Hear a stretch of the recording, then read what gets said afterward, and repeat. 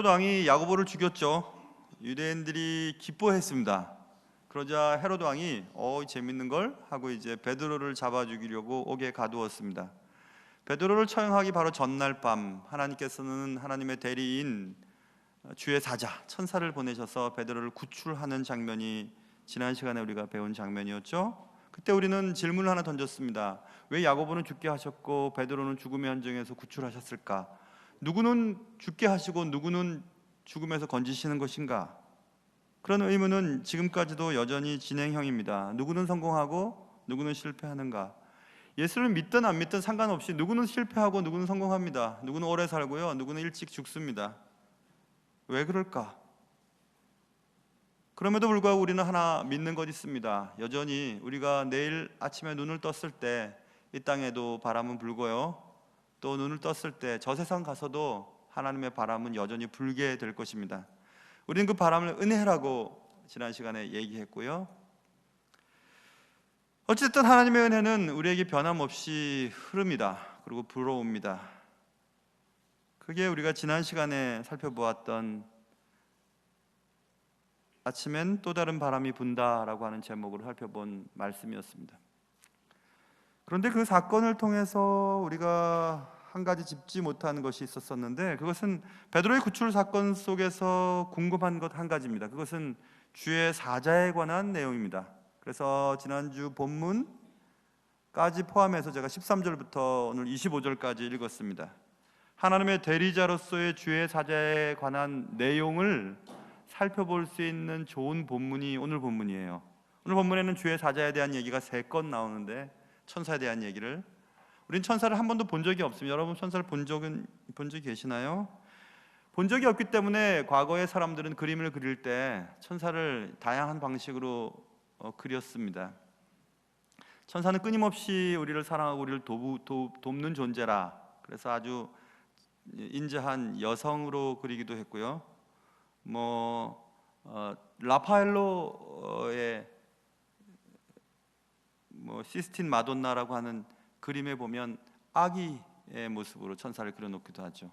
아주 우량한 아기, 조그만 날개로 날 수 있을지 모르겠어요. 아무튼 그 날개로 아기들을 이렇게 그려놓기도 하고. 왜냐하면 천사를 본 적이 없기 때문에 그렇습니다. 여러분도 역시 천사를 보지 못하셨을 거예요.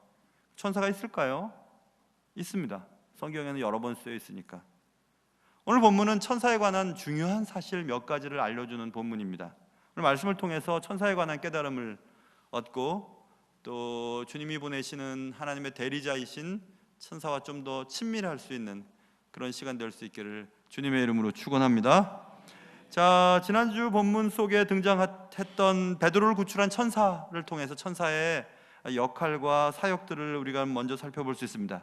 하나님께서는 옥에 갇혀있던 베드로를 구출하기 위해 다른 방법을 사용하지 아니하시고 주의 사자를 보내셨다고 지난주 본문에 쓰여 있었죠. 주의 사자를 통해서 베드로를 깨워 베드로를 구출하시는 장면이 지난주 본문에 나와 있습니다. 여기서 우리는 주의 사자의 활동에 대한 내용을 알 수 있는데, 주의 사자, 천사는 항상 기도와 연관성이 있습니다. 베드로의 구출을 놓고 베드로를 위하여 간절하게 기도했던 무리들이 있었죠. 지난주 본문 12절 보시면 마가라 하는 요한의 어머니 마리아의 집에서 여러 사람들이 모여 베드로를 위해 간절히 기도하고 있었습니다. 그것이 5절과 12절에 기도라고 하는 단어로 쓰여 있죠. 그리고 정작 베드로는 쿨쿨 잠을 자고 있었습니다. 두세 사슬이 묶인 채 두 파수꾼 사이에서 잠을 자고 있었습니다. 여기서 우리는 알 수 있는 사실이 하나 있는데, 그것은 뭐냐면 우리가 기도하는 대상이 있죠. 그 대상이 아무리 잠을 자고 있어도 그를 위해 기도하는 기도에 무리가 있으면 그에게 영향을 미칠 수 있다는 사실이에요. 굉장히 중요한 얘기입니다. 그래서 다른 사람들을 위해서 제일 우리가 해줄 수 있는 가장 최고의 선물은 그를 위해 기도하는 것입니다. 지난주 우리 오후 예배 때 강사 목사님이 어머님 얘기하면서 그냥 말씀을 못 읽는 그런 경험들을 했잖아요. 저는 이해할 수 있을 것 같아요.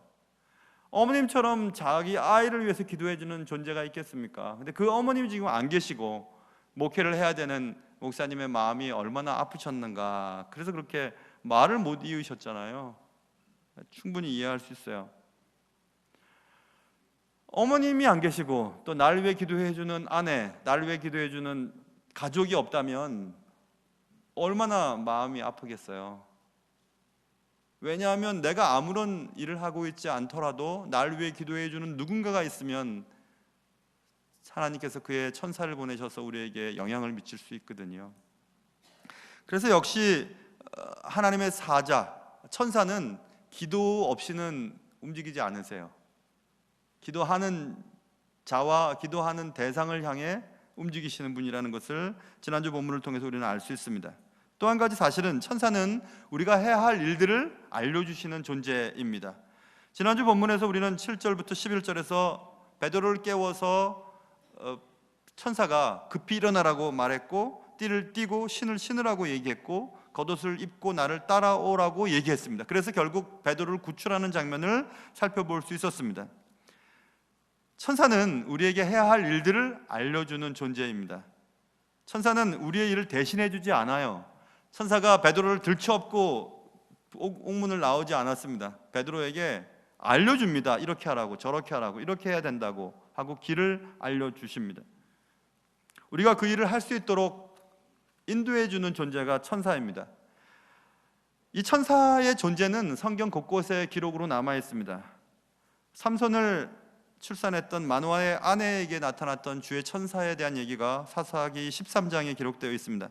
여호와의 사자가 그 여인에게 나타나서 앞으로 아들을 출생할 텐데 그 아이를 이렇게 가리켜라 하고 교육 방침에 대해서도 얘기해 주는 장면이 사사기 13장 3절부터 5절까지 기록으로 남아 있습니다. 또 누가복음 1장에는 아이를 낳지 못했던 한 여인 엘리사벳이 아이를 낳을 때 천사가 그에게 얘기합니다. 아이를 낳을 것이다. 아들을 낳을 것이다. 그 아이는 이런 일을 할 테니까 이렇게 교육을 시키라고 또 얘기를 해줍니다. 이렇게 주의 천사는 한 인생의 인도자로 그 역할을 감당하는 경향을 성경을 통해서 볼 수 있습니다. 이렇게 주의 사자는 우리의 삶에 나타나 우리에게 도움을 주는 역할을 하는 존재입니다. 아까도 설명드린 것처럼 그 주의 사자, 하나님의 대리인 그 주의 사자는 기도와 함께 항상 활동을 합니다. 그리고 주의 사자의 방문은 우리의 삶의 구체적인 방향성을 제시해 줍니다. 그 천사는 사람을 통해 나타날 수도 있고요. 또 책장을 우리가 넘길 때, 또 우리가 어떤 결정을 내려서 어떤 일을 추진해 나갈 때 내 곁에 도와주는 사람의 모습으로 나타날 수 있습니다. 그것이 우리가 본문을 통해서 알 수 있는 첫 번째 베드로를 구출한 천사의 모습입니다. 그게 첫 번째 천사에 대한 내용이고요. 또 두 번째 천사에 대해서 알 수 있는 말씀이 오늘 본문에 기록되어 있습니다. 천사의 도움을 입고 베드로가 탈출에 성공하죠. 그래서 베드로는 마가라 하는 요한의 어머니 마리아의 집에 도달하게 됩니다. 13절 보세요. 베드로가 대문을 두드리죠. 내가 왔다고. 그래서 로데라고 하는 여자아이가 문을 열어주러 밖으로 나갑니다. 당대에 예수 믿는 사람들을 수색하고 있던 당대였기 때문에 기도하고 있던 제자들의 무리는 밖에서 누가 왔는지가 매우 궁금했죠. 그래서 바깥에 있는 사람이 누구인지 알 수 없고 바깥에서 얘기하는 음성만 들었습니다. 14절 보면 베드로의 음성인 줄을 로데라고 하는 여자가 알아챕니다. 너무 기쁘고 너무 놀라서 오늘 본문에 보면 미처 문을 열지 못하고 달려갑니다. 어디로요? 기도하고 있는 제자들에게 달려가기 시작했습니다. 들어가서 얘기합니다. 베드로가 대문 밖에 섰다고 얘기했습니다. 그들이 말하되 15절입니다. 기도하고 있던 그들이 말하되 너 미쳤냐? 이렇게 얘기했습니다. 지금 베드로는 지금 옥에 갇혀 있는데 너 미쳤어? 이렇게 얘기했습니다. 로데 이 여자아이가 더 힘있게 얘기합니다. 아닙니다. 나 거짓말하는 거 아닙니다. 참말입니다. 라고 얘기했습니다. 그러자 제자들, 예수님의 제자들이 모여서 기도하고 있었는데 그들이 뭐라고 얘기하냐면 그러면 그의 천사가 왔을 거야 이렇게 얘기합니다. 그의 천사, His angel이라고 되어 있거든요. 거기서 또 천사의 속성과 역할을 알 수 있어요. 당대의 사람들뿐만 아니라 고대의 사람들, 지금도 우리가 천사에 대한 개념을 우리가 위급한 일을 처했을 때 우리를 도와주는 천사, 각 사람의 삶에 관여하는 천사, 그런 천사쯤으로 이해해요. 그것이 수호천사 개념이에요. 수호천사 개념. 각 사람의 평생토록 하나님의 대리인으로 각 사람의 인생을 도와주는 천사. 물론 그런 존재가 있긴 하죠. 우리 삶의 어머님 같은 존재. 하나님이 어머님을 통해 우리를 도와주고 사랑해주고 끊임없이 용서해주죠. 뭐 그런 존재? 어떤 천사가 그의 어머님이라고 하는 존재 속에서 그런 역할을 감당하니 그런 수호천사의 개념은 그렇게 대입시킬 수도 있을 것입니다. 그래, 그때 제자들도 역시 그의 천사라. 베드로가 왔을 리가 있어. 베드로는 지금 옥에 갇혔는데. 아니에요, 베드로 왔다니까요. 아이, 거짓말하지 마. 아니에요, 진짜예요. 맞아? 진짜야? 얘 베드로 음성이 맞다니까요. 그래? 그렇다면 그의 천사일 거야. 거기서 수호천사의 개념을 우리가 이렇게 이해할 수 있어요. 수호천사는 밖에 있는데 여자아이 로데가 무척 문을 열지 못하고 제자들에게 가서 베드로가 왔다고 얘기했죠. 수호천사는 우리가 생각하는 천사가 막 전지전능한 하나님의 그 속성을 갖고 있는 그런 능력자가 아니라 문을 열어주지 못하면 문 밖으로 들어갈 수 없는, 문 안으로 들어갈 수 없는 그런 좀 하등의 영적 존재쯤으로 생각했어요. 그리고 그 수호천사는 살아있는 동안 사람들을 도와주었지, 그 수호천사가 자유롭게 움직일 수 있는 때는 언제냐면 그 사람이 죽은 이후에요. 자기가 할 일이 끝났어요. 그러니 베드로는 지금 집행되어 있고 베드로를 떠난 수호천사는 제자들에게 그 사실을 알려주기 위해 달려왔다쯤으로 이해를 했습니다. 그 수호천사는 지금 수호천사가 왔을 거야, 그의 천사야. 그 말은 베드로가 죽었구나라는 얘기입니다. 그렇게쯤으로 이해했을 그럴 때였어요. 사람들의 의식 속에는 천사는 사람들마다 그 사람을 지켜주는 수호천사의 존재 개념쯤으로 이해를 합니다. 죽은 후에야 자유롭게 비로소 움직일 수 있는 존재. 그러나 우리가 믿는 성경에서 개개인을 위한 수호천사는 없습니다. 수호천사는 없어요. 그런 존재는 없어요. 수호천사의 개념은 우리의 삶을 보면서 오해하고 상상하는 데서 비롯된 존재일 뿐이죠. 어릴 때 디즈니 만화가 제 어릴 때 많이 보았던 만화죠. 디즈니 만화 보면 도널드 덕이 어떤 잘못을 막 저지르려고 하면 이쪽 머리 위에서 날개 달린 하얀 자기처럼 생긴 오리가 나타나가지고 그럼 안 됐다고 막 얘기를 해요. 그러면 또 이쪽에서 시커먼 삼지창 들고 있는 새카만 놈이 나타나가지고 푹 찔러요, 천사를. 그리고 막 그래요. 그러면 이제 도널드 덕이 나쁜 사탄이 천사를 무찔러 버리면 나쁜 짓을 하고, 천사가 사탄을 무찌르면 착한 일을 하고, 막 그런 영화가 있었습니다. 우리들 생각도 그런 게 있어요. 내 속에 악한 것과 선한 것이 있어서 악한 것과 선한 것이 막 싸운다. 그 개념이 바울의 개념이잖아요. 바울이 내 속에 또 다른 내가 있는데 내가 원하는 것은 하지 못하고 내가 하기 싫어하는 것들을 하려고 하는 것들이 있다. 이런 얘기들이 우리 속에 수호천사의 개념을 더 강화시키게 되었습니다. 심지어는 고린도후서 11장에 보면 이것은 이상한 일이 아니라 사탄도 자기를 광명의 천사로 가장하나니, 이런 기록이 있거든요. 실제로 천사의 어떤 사역과 역할과 수행에 대한 것들을 우리는 느낄 수 있습니다. 그러니 우리를 돕는 천사의 개념이 더 강화되기 시작했다는 것을 알 수 있죠. 그러나 오늘 본문에서 말하고 있는 그의 천사, 베드로의 천사, 베드로를 도와주는 천사, 수호천사의 개념은 성경적이지는 않습니다. 자, 거기까지 하고요. 그 다음 이제 장면으로 넘어가서 헤롯, 야고보를 죽였던 헤롯, 예수 믿는 사람들을 핍박했던 헤롯이 죽어요. 기록에도 남아 있습니다. 안에서부터 막 충이 밖으로 튀어나오면서 내장을 다 파먹고 죽는 그런 기록이 남아 있습니다. 오늘 성경에도 기록으로 남아 있어요. 23절 보시면 헤롯이 영광을 하나님께로 돌리지 아니함으로 또 기록되어 있습니다. 주의 사자가, 또 천사죠, 주의 사자가 곧 친히 벌레에게 먹혀 죽으니라의 기록으로 남아 있습니다. 여기서 또 천사의 개념을 알 수 있어요. 헤롯이 천사를 만나 천사의 침, 천사가 공격함으로 벌레가 그의 몸을 먹어서 튀어나와서 죽게 되었다, 이렇게 본문에 쓰여 있죠. 헤롯이 만난 천사는 그에게 무시무시한 존재였습니다. 그의 생명을 앗아가는 존재였죠. 헤롯은 어느 날 21절 왕복을 입고 단상에 앉아 백성에게 연설을 멋지게 합니다. 백성들이 크게 소리를 지릅니다. 이것은 신의 소리요 사람의 소리가 아니라 하면서 신적인 지위로 높이게 됩니다. 그러니 헤롯이 그 영광을 하나님께 돌리지 않고 자기가 받습니다. 신처럼 받습니다. 그러자 하나님의 보내신 대리인인 주의 천사가 헤롯을 치고 헤롯이 죽게 되었다, 이렇게 써 있죠.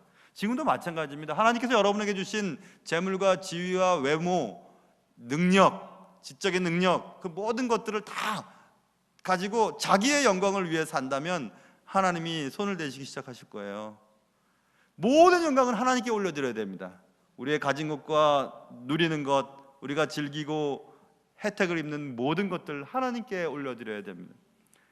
그래서 이 헤롯에 대한 죽음에 대한 얘기를 또 설교 몇 편으로 말씀을 전할 수 있을 만큼 말씀들을 전할 것들이 있습니다. 뭐 이런 거죠. 주의 사자가 곧 친히 벌레가 안에서 먹으면서 밖으로 나와서 죽어버리는 거거든요.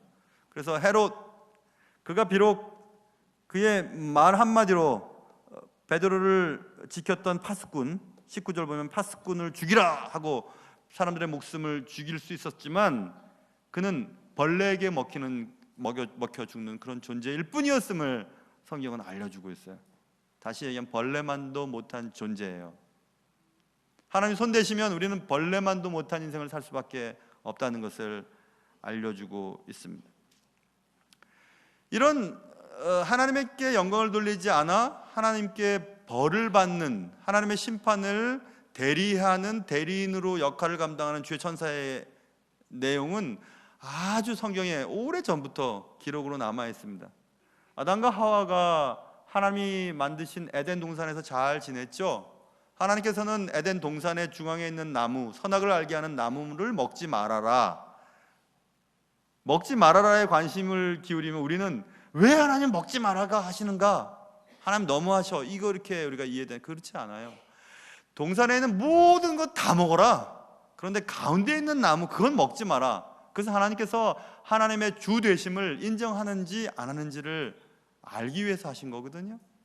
그런데 인간은 하지 말라고 하는 그 한 가지에 관심을 두고 늘 이렇게 힘들어합니다. 여러분 다 가지셨잖아요. 그런데 가지지 못한 어느 거 하나 때문에 못 견디잖아요. 그게 죄예요. 다 가지셨는데 남들이 갖고 있는 그 한 가지가 내게 없어서 괴로워하지요. 그것마저 갖고 싶지요. 인간이 그랬어요. 우리가 그런 존재입니다. 그래서 참 자유, 하나만 안 하면 다 할 수 있다는 그 자유를 생각하지 않고 다 할 수 있는데 한 가지 못하는 것 때문에, 한 가지 못하는 그 구속함 때문에 힘들게 살아가고 있는 것이 인간의 모습이죠. 그래서 이제 그것을 다 먹고 맙니다. 에덴 동산에 쫓겨나죠. 하나님이 하나님의 대리인으로 에덴 동산을 지키도록 하신 것이 불칼을 들고 있던 주의 천사였어요. 들어오기만 해봐, 가만 안 놔둬? 거기 때 벌써 주의 천사 개념이 들어가 있죠. 하나님께 영광을 돌리지 않고 하나님께 죄를 지은 자를 처벌하는 대리인으로서의 역할, 그게 오늘 본문에 세 번째 등장하는 주의 천사의 역할이었습니다.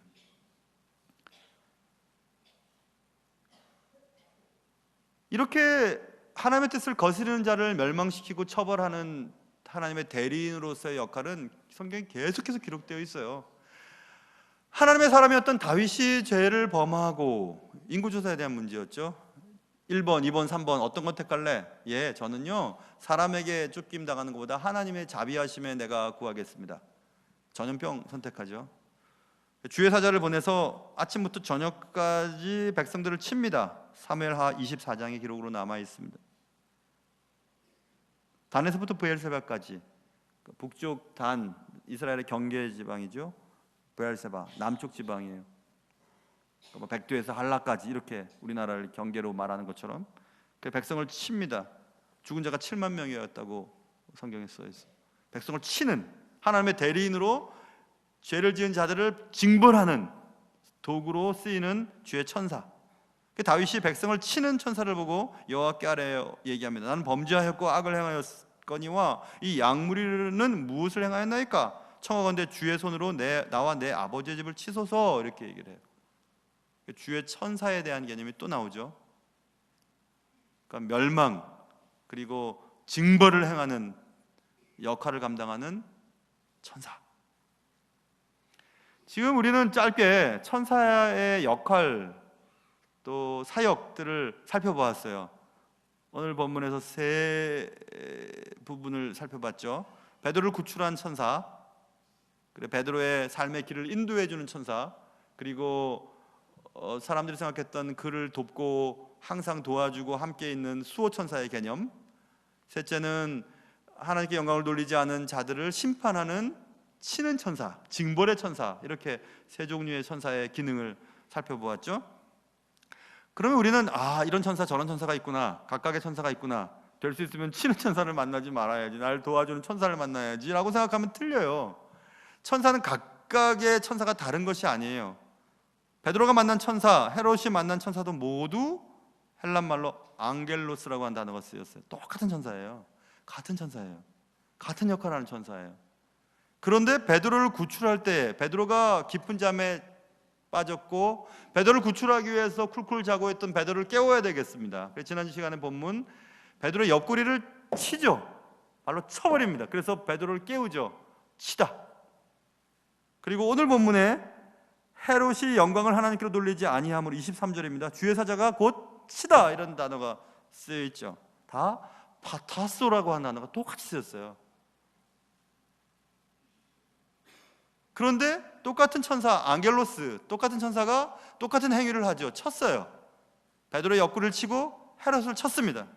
그러나 7절에서 베드로를 깨울 때의 침은 베드로를 살리기 위해서 쳤죠. 앙겔로스가 파타소 했어요. 살리기 위해서 쳤습니다. 그런데 헤롯의 친 앙겔로스 천사는 헤롯을 죽이기 위해서 칩니다. 파타소. 결국 천사는 여러 종류의 천사들이 있는 게 아니고 천사가 하나님의 뜻을 받아서 이 사람에게는 이런 역할을 하고 저 사람에게는 저런 역할을 할 뿐이에요. 자, 이 얘기를 이렇게 우리가 이해하면 돼요. 예수 그리스도는 사랑의 화신이죠. 화해의 아들이에요. 예수 그리스도 때문에 우리에게 구원의 길이 열렸어요. 예수님처럼 좋은 분은 없으세요. 예수님이면 다 돼요. 우리의 인생에 모든 것이에요. 모든 것에 모든 것이 예수님이 맞아요. 그러나 예수 믿지 않는 사람에게 예수님은 심판자예요. 예수 그리스도가 다시 오실 때 그는 심판주로 우리에게 임하세요. 예수를 믿는 자에게는 우리에게 구원자로 임하세요. 똑같은 예수 그리스도가 예수 그리스도를 믿는 또 믿지 않는 것에 따라서 달라지게 됩니다. 그 차이입니다. 결국 우리가 이 땅을 살면서 천사를 봤냐? 천사를 경험했냐? 천사의 도움을 입었느냐? 하는 것은 우리가 하나님의 관계 속에서 규정되어집니다. 우리를 도와주고 우리의 삶을 인도해주고 우리의 속박을 해결해 주어서 자유를 주시는 그런 도움의 천사로 우리를 도와줄 수도 있고, 하나님의 영광을 가로채고 자신의 삶을 높이고 또 주를 믿는 자들을 괴롭혔던 헤롯이 만났던 그 천사, 죽음의 천사, 심판을 실행하는 천사로 만날 수가 있어요. 천사를 볼 수는 없을 겁니다, 우리가 살아가는 동안. 그러나 천사는 우리의 이웃과 우리의 가족과 우리 주위에 있는 사람들 또 우리의 환경을 통해서 우리를 도와주고 인도하고 살려주고 구출해주고 자유를 주는 그런 역할을 할 수도 있고, 우리를 망하게 하고 우리를 죽게 만들고 우리를 괴롭게 만드는 그런 일에 쓰임받는 사람, 환경 또 여러 가지 여건으로 쓸 수도 있을 것입니다. 우린 다 베드로가 만났던 그런 구출하는 천사와 관계 맺고 싶으실 것입니다. 헤롯과 같이 나를 치는 천사는 만나고 싶지 않을 것입니다. 여러분 어떠십니까? 여러분의 삶을 도와주고 여러분을 천국까지 인도해 주는 하나님의 대리인 천사, 어떤 천사와 관계를 맺고 싶으십니까? 천사를 저는 그래서 별명을 만들었어요. 오늘 제목처럼 하나님의 감추어진 얼굴이라고 말입니다. 우리는 어머님의 얼굴을 통해서 또 나를 위해 기도해 주는 목사님이나 나를 위해서 애쓰시는 분들의 얼굴을 통해서 천사를 보게 될 겁니다. 또 나를 괴롭게 하고 나를 힘들게 하고 나를 괴롭히고 나를 죽게 만드는 정말 저게 인간인가? 라고 하는 그의 모습 속에서 나를 치는 천사도 볼 수 있을 것입니다.